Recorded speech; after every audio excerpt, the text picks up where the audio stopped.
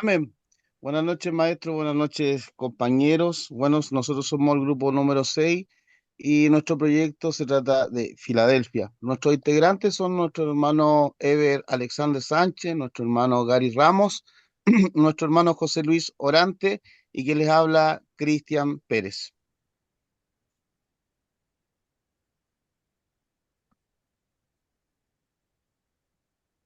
Bueno, vamos a partir con este mensaje del ángel de la iglesia a la iglesia de la Filadelfia y vamos a partir con una introducción. Cada una de las iglesias que el Señor dirigió estas cartas eran diferentes de las otras. Por un lado, su fidelidad no era la misma en todos los casos, pero tampoco lo eran las circunstancias en las que tenían que dar testimonio. Es especialmente llamativo lo opuesto que eran las iglesias de Esmirna y Filadelfia, a pesar de que solo estaban a unos 160 kilómetros de distancia de una con la otra. Veamos algunos de estos contrastes. En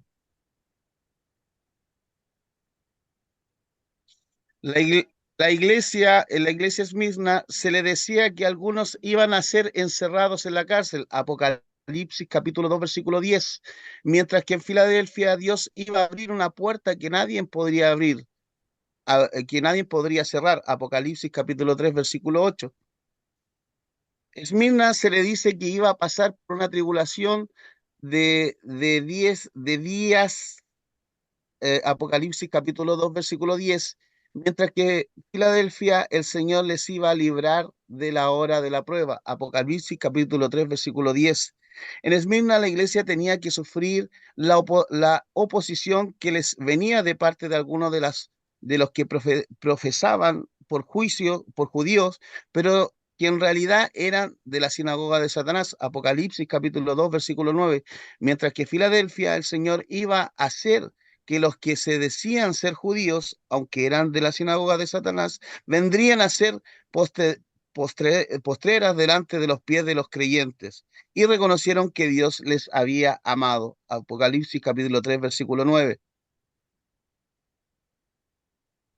Sigue siendo una característica muy común en la iglesia de hoy en día. Hay países donde la iglesia tiene las puertas abiertas de par en par para predicar el evangelio, mientras que otros lugares los creyentes son terriblemente perseguidos.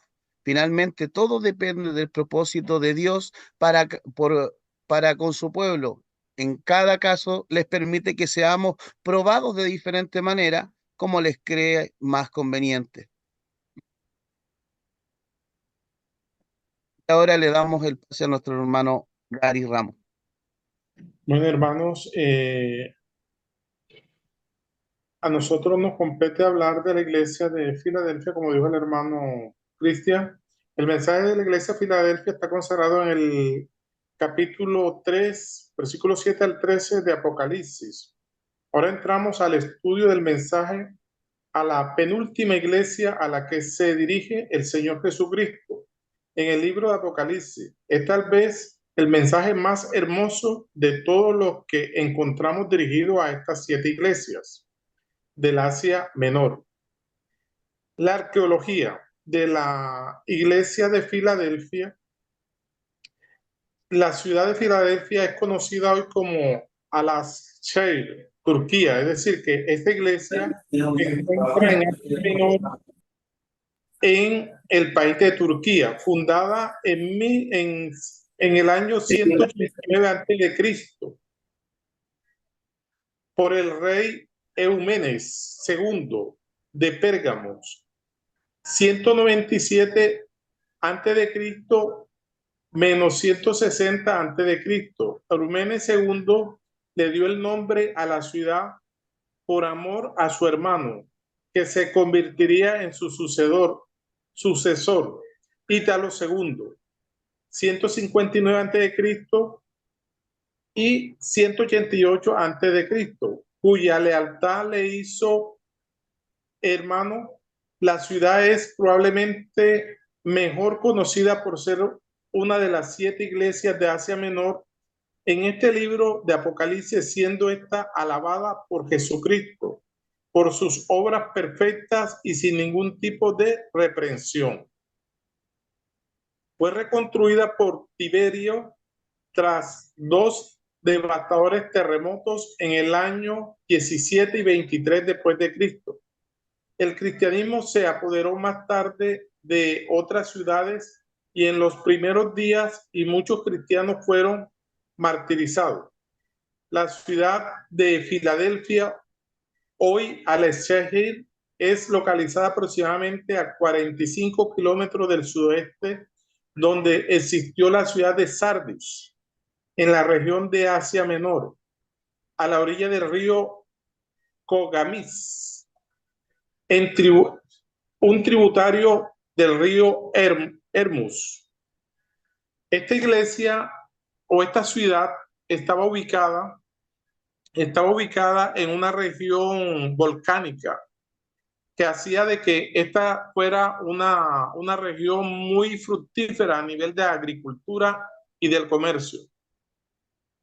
Al no haber tenido heredero, Ítalo III Filometor, el último de los reyes de la dinastía itálida de Pérgamo, donó su reino, incluido la ciudad de Filadelfia, a sus aliados romanos, cuando murió en el año 133 a.C.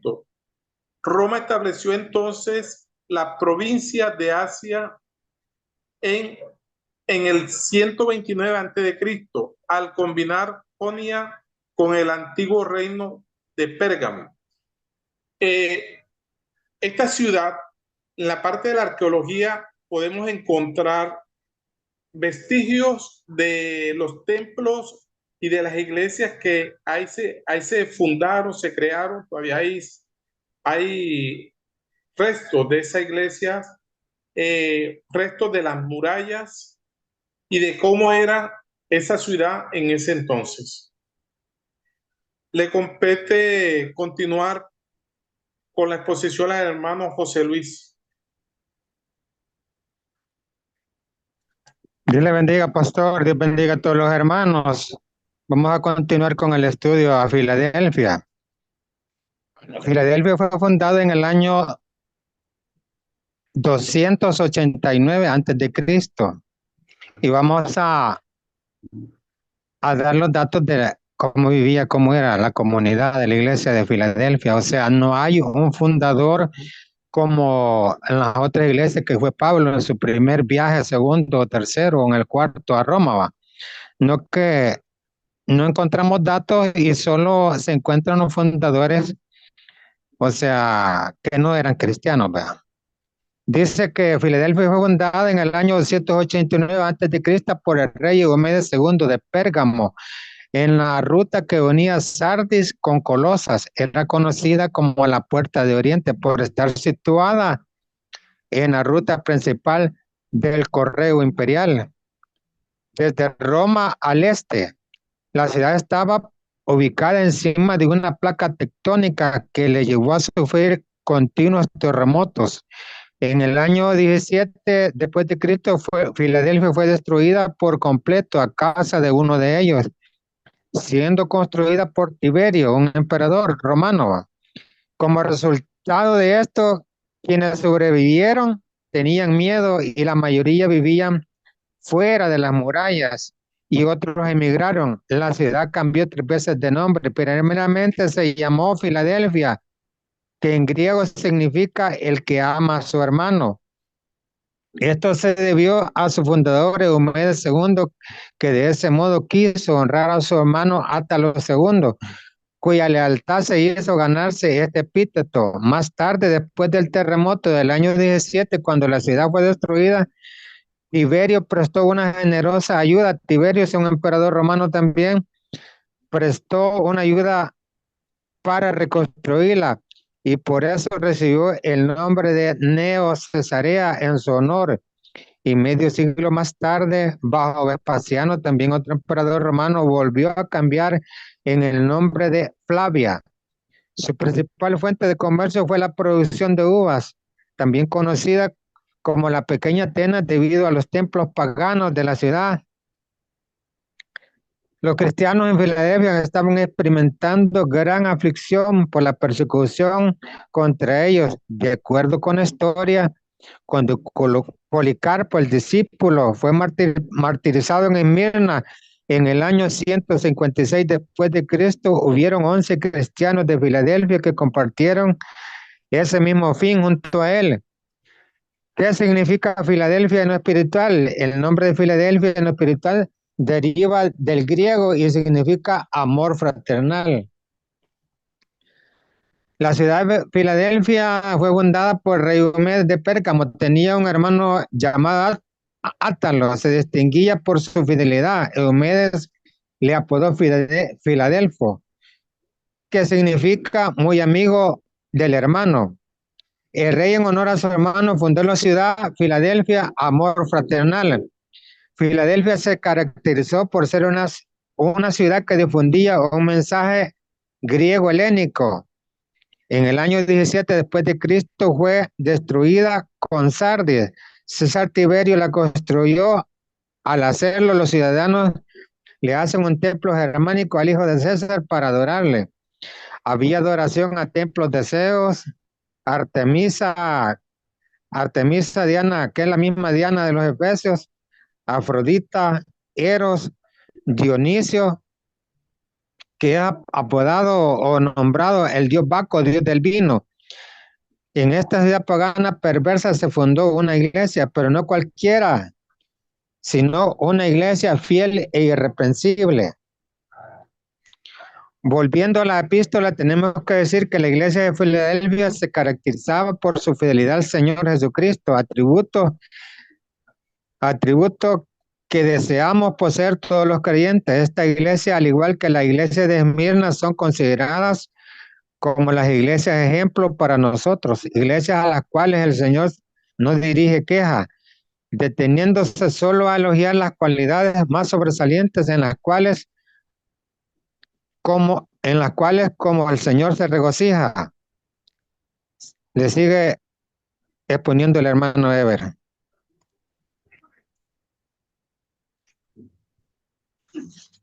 Amén. Dios le bendiga, querido maestro, queridos compañeros de clase. Vamos a seguir con el desarrollo de este tema de esta iglesia como lo es la Filadelfia.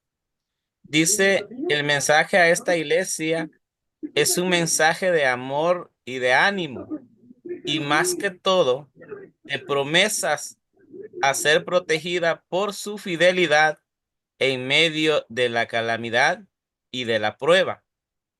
Al igual que en las demás iglesias, se conserva un mismo bosquejo, solo que el Señor no encuentra en esta iglesia nada de qué quejarse, por lo que solo analizaremos los puntos siguientes.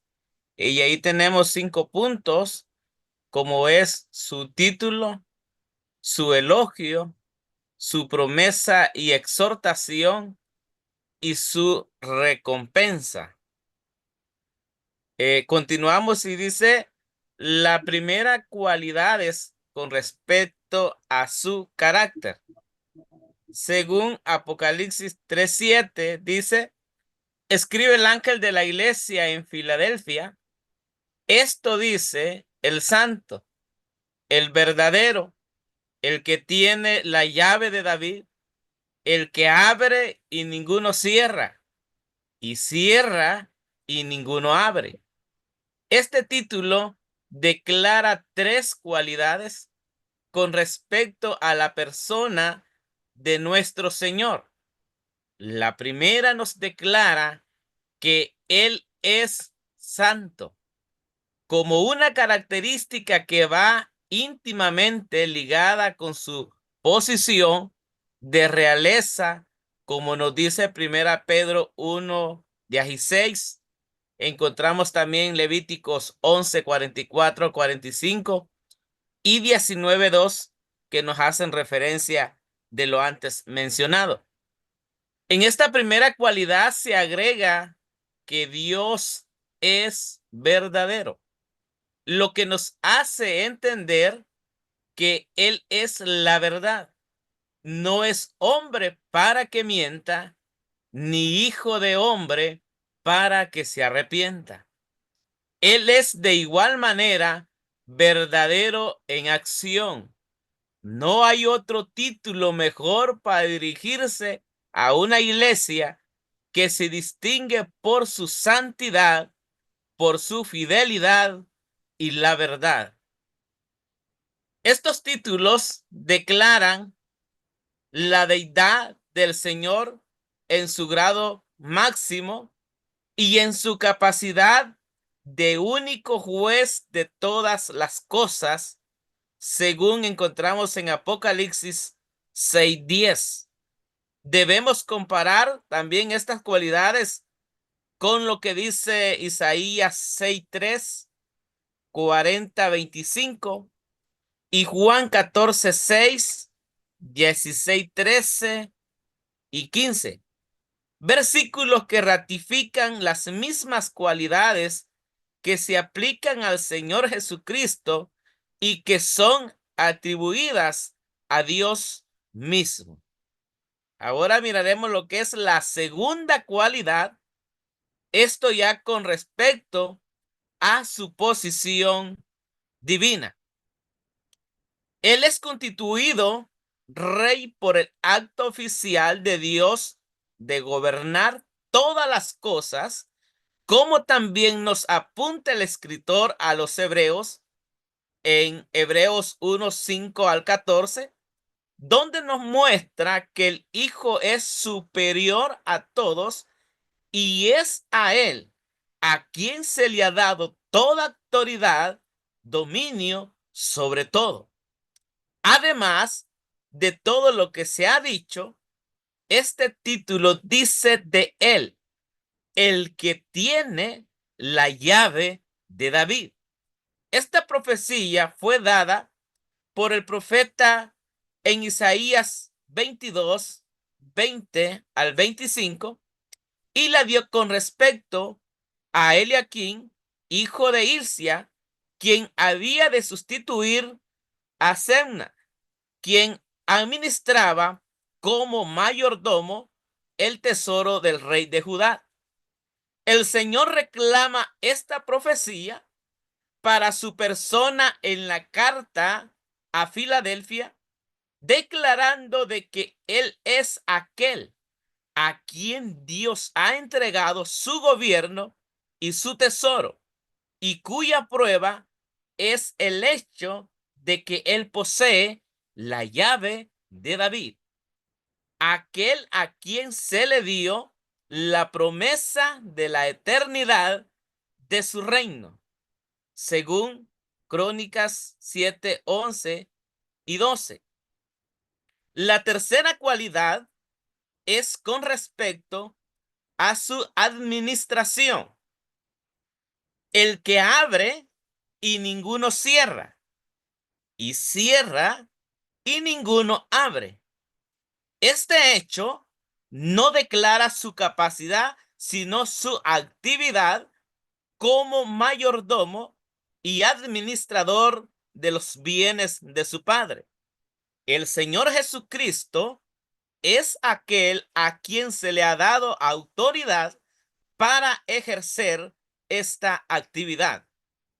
El Señor no solamente tiene esta posición o cargo, sino que ejecuta su cometido, teniendo toda la autoridad y capacidad dada por el Padre para dar entrada a quien quiere dentro de su dominio, así como también es el único que tiene la autoridad y capacidad para excluir a quien quiera de su reino.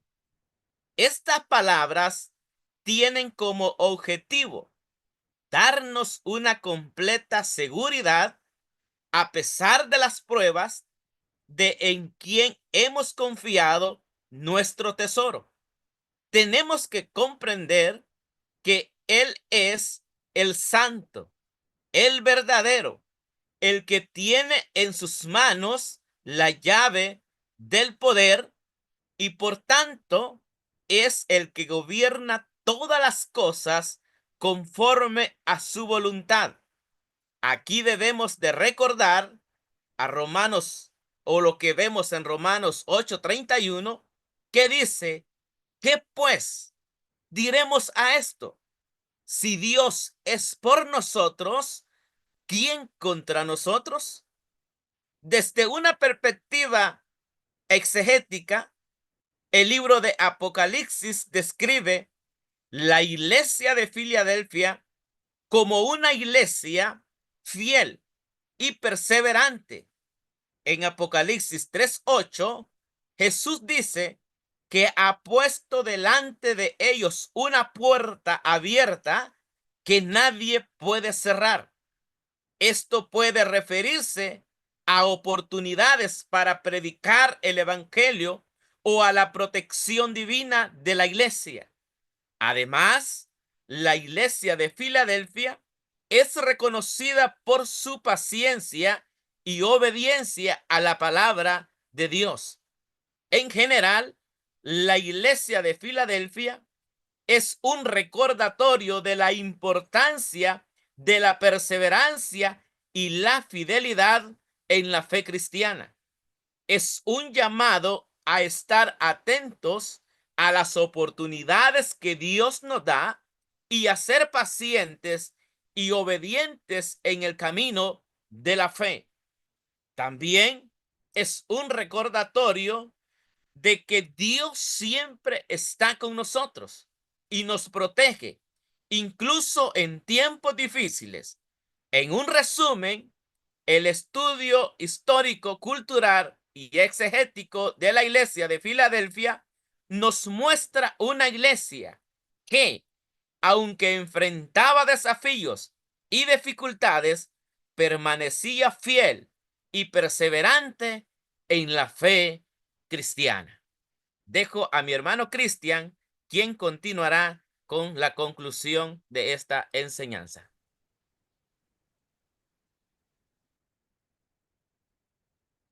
Conclusión. Apocalipsis capítulo 3, versículo 11. He aquí yo vengo pronto, retén lo que tienes para que ninguno tome tu corona. Ánfora, el Señor resucitado habla de su regreso. He aquí yo vengo pronto. Su propósito es animar a su pueblo para que estén preparados para el encuentro con Él y de este modo ninguno tome su corona. Pero puede ser que el Señor no se refiera aquí a su segunda venida, sino a una intervención personal anticipada sobre esta iglesia. Esa iglesia así ha sido en las ocasiones anteriores, cuando en estas cartas el Señor ha dicho a alguna iglesia que Él vendría. Cada caso de la iglesia sufriría distintas consecuencias. A la iglesia en Efeso le dijo que le quitaría el candelero, Apocalipsis capítulo 2, versículo 5. A la iglesia de Pérgamo le dijo que pelearía contra ellos, Apocalipsis capítulo 2, versículo 16. Y a la iglesia de Sardi le dijo que él vendría sobre ellos como ladrón en la noche, Apocalipsis capítulo 3, versículo 3.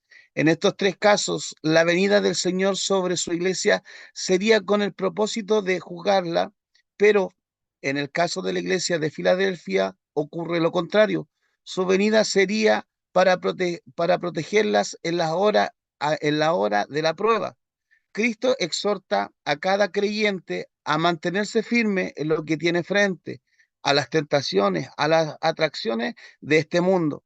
En realidad, lo que Dios nos ha dado ahora, si lo conservamos en la fidelidad, Él constituye nuestra corona en el futuro. Esto no quiere decir que el cristiano pueda per perder su salvación, pero sí que puede dejar de recibir su galardón. Servir a Dios es un alto privilegio, pero un privilegio que no puede ser retirado si no somos fieles y dado a otros.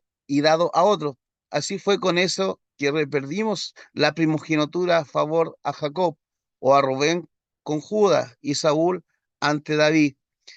Recibir esta corona implica una victoria, pero también la posibilidad de un mayor servicio a la eternidad. Apocalipsis capítulo 3, versículo 1, versículo 13. El que tiene oído, que oiga lo que el 2 Espíritu minutos le más. dice a la iglesia. 2 minutos más, varón. De la presentación del grupo 6, que Dios le bendiga todos los estudiantes. Amén. Le vamos a dar un aplauso a los estudiantes.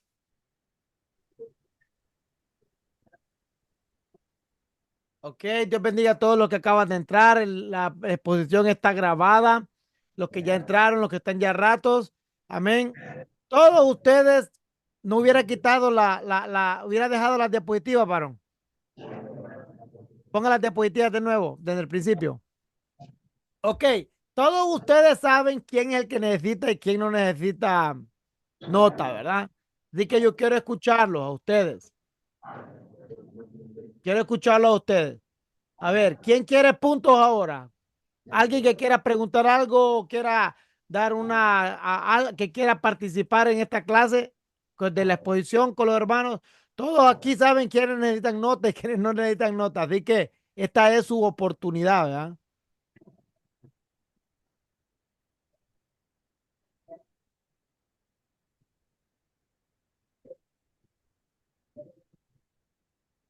Ajá. Alguien de allá de Guatemala, de hermano Tomás, Francisco.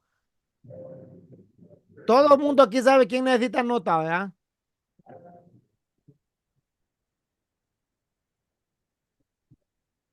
Los noto muy callados a todos. No sé si los hermanos están hablando. Ajá.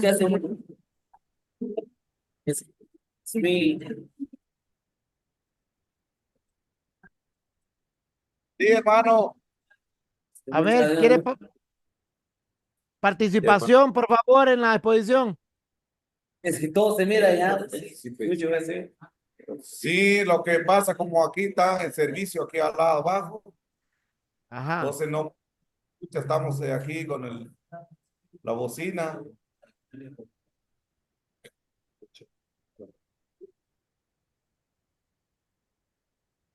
A ver, pásame la primera diapositiva, mano Cristian.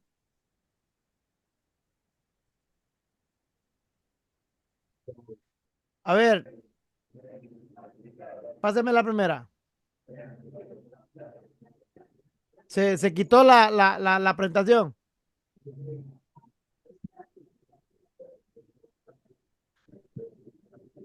Ok. Ponga la primera, sí. Ya esa, la tercera sería, ¿no?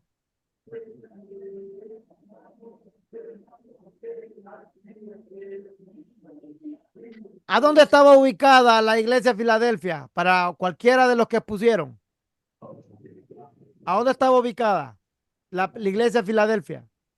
Hermano, está ubicada en Turquía, en lo que es actualmente Turquía, en Asia Menor. Hacia mí no, lo que actualmente es Turquía, ¿verdad? Ok, Fíjese. ok. ¿Quién fue el fundador de la Filadelfia? ¿Alguno de los que han escuchado que quieran puntos? Ustedes saben quién necesita puntos, así que ustedes tienen que ganar de los puntos. La hermana Sofía está anotando ahí los que están contestando y los que están participando. Acuerde, tiene que participar porque eso es nota, ¿verdad? ¿Qué significa Filadelfia?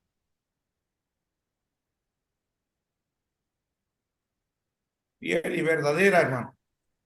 Fiel y verdadera. Venga. Ok. Yo escuché que me parece que fue el hermano, si no me equivoco, fue hermano Ever, que habló sobre unos puntos muy importantes que tenía la iglesia, ¿verdad? Habló de unos puntos importantes que tenía la iglesia ahí. A ver, ¿puede mencionarme algunos?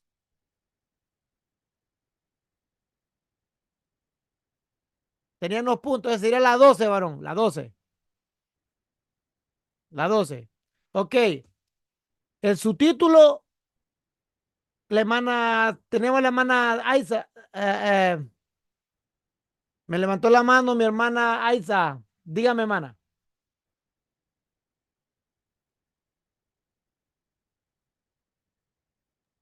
No, no era esa la que quería responder yo. Yo tengo una Ah, pregunta. pero puede participar o hacer la pregunta, hermana, no importa.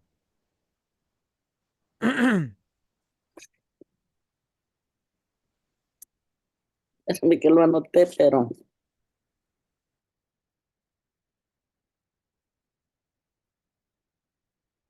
A ver, tienen que participar, hermanos, recuerden.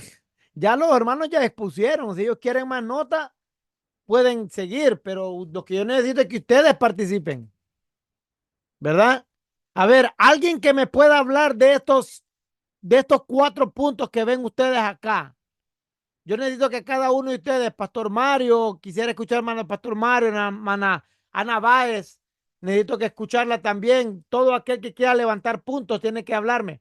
Dele para atrás, hermano. Déjeme los 4 puntos que tiene ahí. Eso, ese, ahí déjemelo.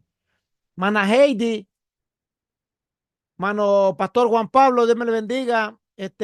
Si puede colaborar ahí con la iglesia de Filadelfia. Mana Buenas, maestro. Wandaliz, amén. Mana Wandaliz, Silvia Marenco, Mana Macarena, Mana Isabel. ¿Quién me puede decir algo sobre qué tipo de elogio recibió la iglesia de Filadelfia?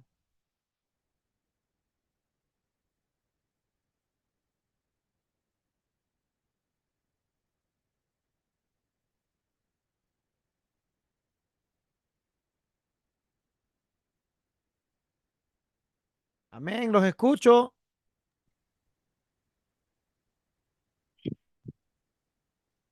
Disculpe a la hermana Macarena.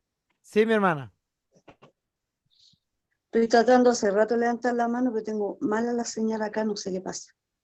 Sí, sí. Bueno, habla de la iglesia fiel. Una iglesia fiel. Pero sabe que yo estaba escuchando ahí sobre la iglesia de Filadelfia y quería saber quizá un poquito cuando dice, esto dice el santo, el verdadero, el que tiene la llave de David. Y quería saber, disculpen mi ignorancia, maestro, pero quería saber cuál es la llave de David. Eso quería saber. Ajá. Ahí entró la pregunta para mis hermanos. A ver, ¿quién de los 4 me contesta? O uno que esté por ahí que lo sepa, que quiera ganar ese punto ahí. A ver, ¿quién me puede contestar? ¿Quién puede contestarle a la hermana? Mano Luis Orantes. Dios le bendiga, pastor. Hay que recordar un momento histórico de que David fue un hombre guerrero, entonces luchó mucho. Entonces, y él quiso empezar una casa a Jehová. Entonces el Señor le dijo, tú no me edificarás casa, sino que me va a edificar, ¿cómo se llama? Salomón. Pero David gobernaba en Hebrón con otro guerrero, que fueron los dos que entraron a la tierra prometida. Vea que está en el libro de Josué. Entonces él tiene la llave de David porque venía toda su descendencia gobernando. Era una promesa que toda la descendencia de la casa de David iba a gobernar lo que era el territorio de Judá. Entonces, ya mencionando con lo que es Jesucristo, Jesucristo también, si vemos la genealogía, el Señor Jesús también viene de la casa de David. ¿Vea? Entonces, de ahí viene que se llama la llave de David, aquel a quien se le dio la promesa de eternidad en su reino. Está en Primera de Crónicas 17.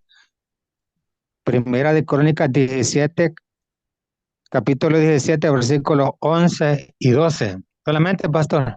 Ok, amén. Tenemos a mano Miquea, pero antes de que mano Miquea participe, yo quiero saber si todos están de acuerdo con lo que hermano Orantes nos acaba de explicar. O quién no está de acuerdo, o quién puede diferir un poco de lo que el hermano Orantes nos acaba de explicar. Este es un estudio, va. Es un estudio. Mano Miquea, hable, dígame. Amén. Creo que el hermano como que confundió un poco la historia, entendí yo la historia de Josué con la de David, algo de su compañero que heredaron la tierra prometida. Yo considero que cuando se refiere a la llave de David, se refiere al linaje de David. En 2 Timoteo en un versículo lo menciona, Jesucristo el que tiene el linaje de David. Para mí esa es la respuesta. Ok, perfecto. Hermano Juan Pablo, pastor. Buenas noches, maestro.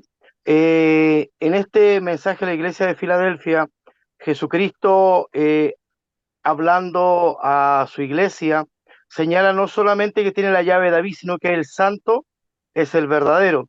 Cuando habla del santo, para mí obviamente habla de que Él es santo y también pide santidad a su pueblo. Cuando habla de que Él es verdadero, Él es el camino, la verdad y la vida.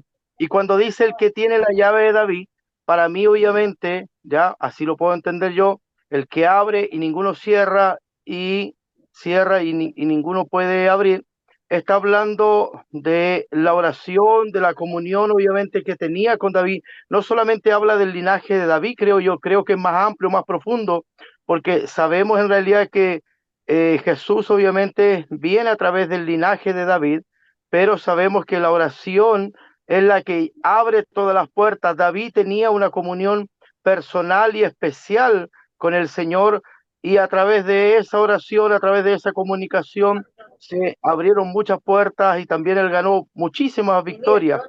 Entonces, yo creo que eso es lo que está señalando, que es Jesús, no solamente que Él es el santo, el verdadero, está haciendo su presentación, su carta de presentación, y además, obviamente, el que tiene la llave de David, ratificando a David, obviamente, su linaje, pero yo creo que está relacionado con su relación personal e íntima, ya, de la forma, obviamente, conforme al corazón de Dios. Yo creo que me inclino hacia eso. Ok, vamos a escuchar, hermano Pastor Mario, y después hermano Garis, ok. Estoy recopilando todas las informaciones que me están dando, ok. Amén. Muchas bendiciones para todos. Este tema de la llave de David es muy importante porque tiene mucha relevancia en cuanto a la autoridad con la que se presenta Jesús, indicando que él tiene la llave de David.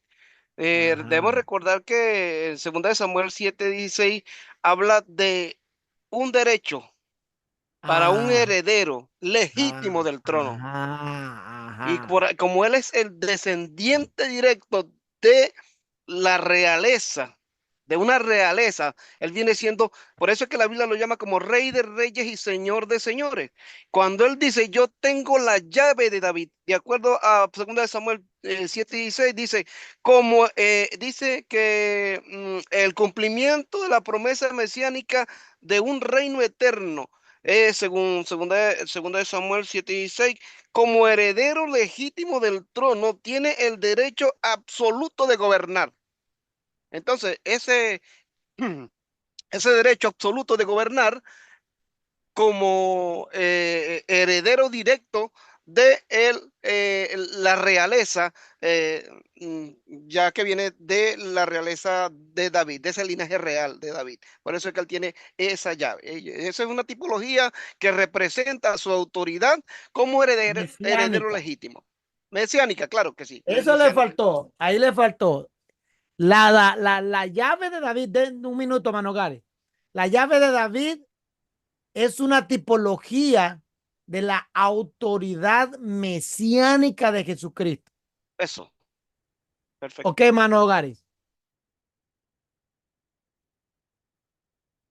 Hermano, es que usted lo acaba de decir, es una tipología y eso hace referencia a la conquista que tuvo Cristo Jesús de recuperar el reino, recuperar lo que se había perdido en el sacrificio que él perpetuó en la cruz del Calvario. Él recuperó la llave del reino. Él es el Señor de señores y por eso se habla de la llave de David. Es decir, y el que tiene la llave, tipológicamente el que tiene la llave de una casa es el que tiene la autoridad para entrar, para entrar, salir, abrir, cerrar. Mire que él allá hace referencia, dice, yo soy el que abro y nadie encierra. Es decir, que cuando él abre una puerta o hace una exhortación, nadie puede ir en contra de lo que él establece. Y vemos de que eso que recibió o hace referencia en cuanto a esa pregunta, es referente al reino. Ok, hermana Macarena, usted quiso la pregunta, ¿está satisfecha con esa respuesta? Sí, maestro, sí. ¿Entendió? Se sacó, sí, de todo un poquito se sacó, todos dieron un poquito su opinión y sí, quedó muy clara. Gracias. Ok, ok.